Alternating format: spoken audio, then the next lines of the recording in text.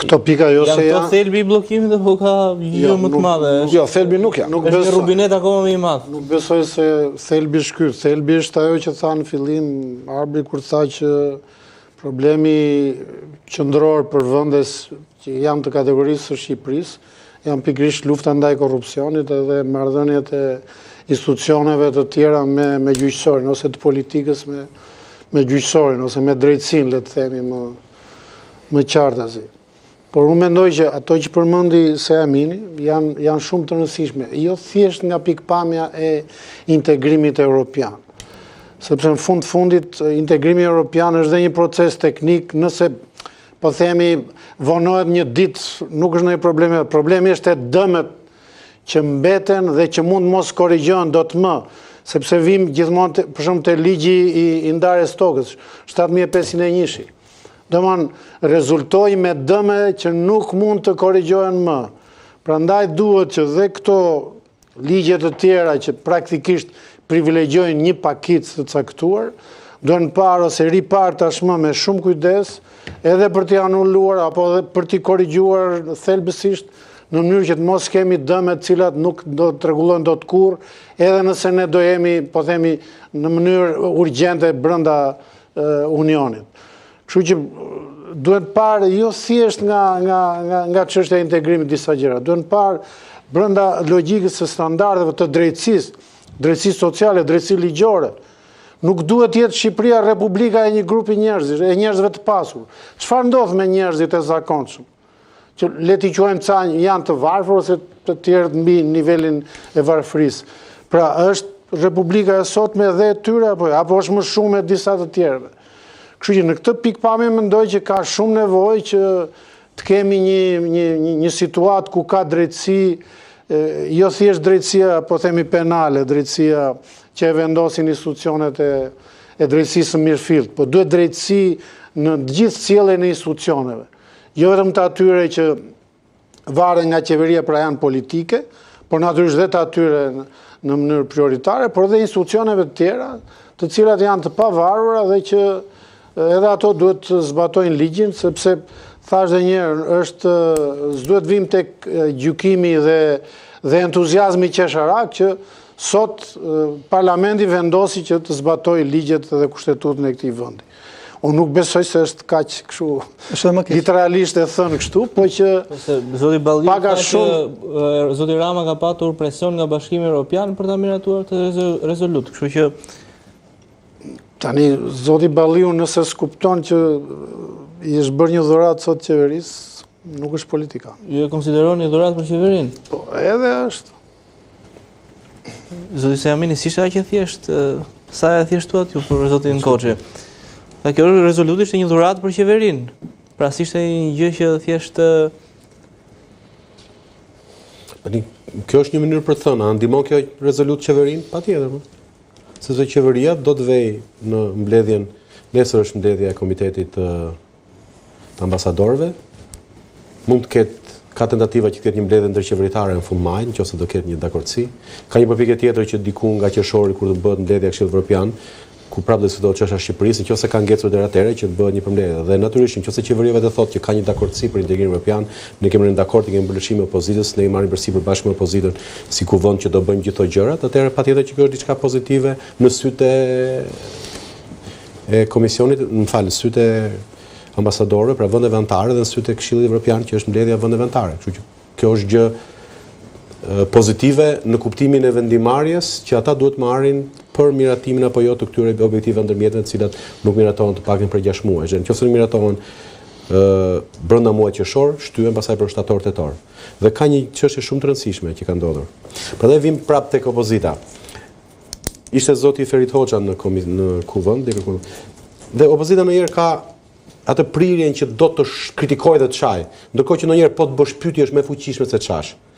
Çfarë u tha që ky vend është bllokuar, janë në vend gjitha gjërat që mund të jenë gjithë të vërteta, por nuk e bën një pyetje thelbësore zotit Ferit Hoxha. Qeveria shqiptare ka marrë përsipër mbylljen e negociatat deri në 2027. Me këtë erdhi në pushtet. Kjo që paketë. Kanë kaluar 18 muaj, kanë kaluar 19, pothuajse 20 muaj që kur u hapën, që kur filluan negociatat. Nuk është mbyllur as në gjysmë kapitulli. Ju zoti ministër, si mendoni se do mbyllin 33 kapitulli në 18 muajt e mbetur? Për ka kaluar më shumë se gjysma e kohës? pa miratuar asgjë, madje pa miratuar gjysmë kapitullit sepse këto objektive ndërmjetme janë gjysmë kapitullit. Do t'u thoshë ministrit, a do ta mbani premtimin që do t'i mbaroni negociatën në 2007-ën?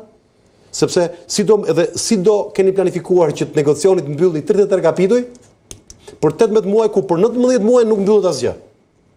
Tani kjo pyetje e vë ministrin përballë përgjegjësisë publike, se do t'japi një përgjigje, dhe është një pyetje thelbësore e cila jep informacion. Kurse nëse ty të vjen ministri, ti e kritikon, ai mbron, ti kritikon, ai mbron, nuk del asgjë. As informacion dhe ato nuk vë para përgjegjësisë. Prandaj them që ajo do të bënte sot opozita në rezolutë do të fuste këtë. Ne për hir të integrimit evropian heqim dorë nga imuniteti i deputetit. Ky është kontribut për integrimin. Dhe kjo është diçka që opozita interesonte për të ngjecur Partisë Socialiste, sa ajo zëmiratonte kurrë këtë gjë. Se ti thua Partisë Socialiste hiqin dorë nga imuniteti, ke futur gjysmën e tyre, ke futur burg që desmen, dhe ajo se bën kurrë. Po kjo është provë se sa serioze është Partia Socialiste dhe shumica për integrimin. Dhe një opozitë të zgjuar nuk merret me negociata për tekstin e zgjuar po dhe e ndershme. Nuk duhet paragjykoj, po them e zgjuar kuptimin politik, e merr të rezolut dhe në këtë rezolut fut disa pika të cilat i shërbejnë Shqipërisë dhe janë vërtet pika thelbësore që shumica i refuzon. Dhe le dali pasaj dhe nga dhurat për qeverinë, siç u shpreh zoti Koçi, kjo bëhet pasaj në bëm për qeverinë, sepse vë qeverinë përpara një përgjegjësie thelbësore. Drejtësia duhet eci përpara si kriteri kryesor për ecjen përpara të negociatave. Dhe që drejtësia të eci përpara duhet që parlamenti dhe qeveria mos bëhen pengesë për asnjë lloj hetimi të zyrtarëve të lartë. Dhe që të mos bëhen pengesë kuvendi dhe qeveria për hetim të zyrtarëve të lartë, duhet të zhduket imuniteti i deputetëve. Tani po flasim për integrimin. Tani po flasim për një rezolutë e cila vërtet ka vlerë thelbësore. Për të mos thënë atje pasaj që do ta fusë në rezolutë që kryeministri duhet dalë dhe të japi gjitha të ngrihen gjitha komisionet parlamentare, shumica të marrin përsipër ngrihen gjitha komisionet parlamentare, që shumica merr përsipër, do të kishte futur rezolutë, merr përsipër që të bëhet i ditur publikisht pozicion negociues, që shumica merr përsipër këtë shfuqizimin e tyre ligjeve. Atëherë do kishim një rezolutë ose një angazhim të kuvendit i cili vërtet ka substancë, ka thelb. Dhe në këto kushte kjo nuk shërben si copletë për propagandë, por shërben si një hap vërtet për të ndihmuar atë proces integrimit dhe mbi të gjitha bëhet një dokument bindës dhe një angazhim bindës edhe për ata përfaqësues të vendeve anëtare të Bashkimit Evropian, të cilët kanë dyshime serioze mbi përkushtimin e Shqipërisë, pra të shumicës, për të zbatuar shtetin e së drejtës, zbatuar ligjin, shtetin e së drejtës dhe mbi të gjitha për të luftuar korrupsionin në nivelet e larta. Po pse mendoni se nuk e kanë bërë këtë gjë, zoti Sejamini? Tani mendoni se nuk i ka shkuar mendja, mendoni se duan të shpëtojnë nga miti që ose le themi nga akuzat që opozita është vetëm bllokuese, baltose nga akuzat e mazhorancës? S'kan ide? Unë thash një mendim, nuk do të thonë që ky mendimi im është e vërteta dhe do ta paraqafojnë gjithë. Unë po të isha, unë thash çfarë do bëja unë, që edhe ta miratoj rezolutën, edhe të bëja një kontribut për Shqipërinë, por edhe vërtet t'i kërkosh llogari shumicës. Do të bëja një rezolut ku do vi ato kushte të cilat vërtet pengojnë integrimin evropian. Dhe vërtet që në qoftë se shumica do i pranonte, do ishte arritje shumë e madhe. Zoti Dervisha? Varet se shikon këtë, do të thënë që, qeveria përfiton sepse thuhet dialogu politik, ka një konsensus, po ecin gjërat. Pra nga pengesat kryesore që parlamenti është polarizuar, që është theksuar. Ka përzehet kjo. Po ta shikosh nga pikpamja e opozitës, nuk është se nuk ka arritur fitore. Do të thënë të fusë në rezolutë do të thotë që rekomandimi do të bëjë Odirit, pra do të thotë që ky vend ka probleme zgjedhjet. Të fusësh në rezolut që ku vendi duhet të ketë rol mbikëqyrës, do të thotë që ky vend nuk e ka pasur. Të fusësh në rezolut faktin që duhet të intensifikohet lufta ndaj korrupsionit në nivelet e larta, do të thotë që kemi një problem me çështjen e korrupsionit në nivelet e larta. Pra, ajo çfarë mund të ishte, do të thonë ajo çfarë është arritur si kompromis. Do të thonë mendoj që do të thonë opozita nuk është se ka dalë humbur, por nuk është çështja fitoi opozita apo fitoi pozita, sepse për fat keq tani lajmet nuk janë më thjesht rezoluta, po janë këto historitë me pak konspiraciona, do të thënë që morin telefonat mesnatë, morin paradite, e merr apo nuk e merr. Por çështja është kjo që sa seriozisht i kemi këto fjalë. Se nëse do ta analizoja me dy fjalë, do të thënë problemi i vendit është vetëm me dy fjalë, mirë qeverisje, llogaridhënie. Zbato këto dy fjalë dhe s'kemi nevojë për absolutisht asnjë gjë tjetër. Çfarë do të thënë e bën sot Shqipërinë që kosto e jetesës të jetë gjithnjë rritje. Sipas raportit më të fundit, Tirana ka 60% më të lartë se që ka pas 5 vite më përpara. Është pikërisht mungesa rreth lojës, pikërisht tendenca për të ndërtuar kapitalizëm me forcat tona. Tendenca për të emëruar kapitalistët shqiptar, edhe përjashtimi i garës dhe i konkurrencës që sjell pastaj çmimet për monopol. Pra këtu është thelbi, domethënë e kemi seriozisht këtë gjë? Domethënë e kemi seriozisht që kuvendi do të bëjë rolin e vet, e kemi seriozisht që zgjedhjet e tjera nuk do të zgjellim siç u sollën para një viti?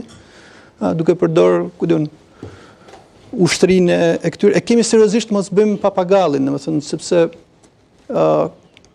ka gjithmonë një lëshohet gjithmonë një direktivë, për shembull, nuk kemi bllokuar.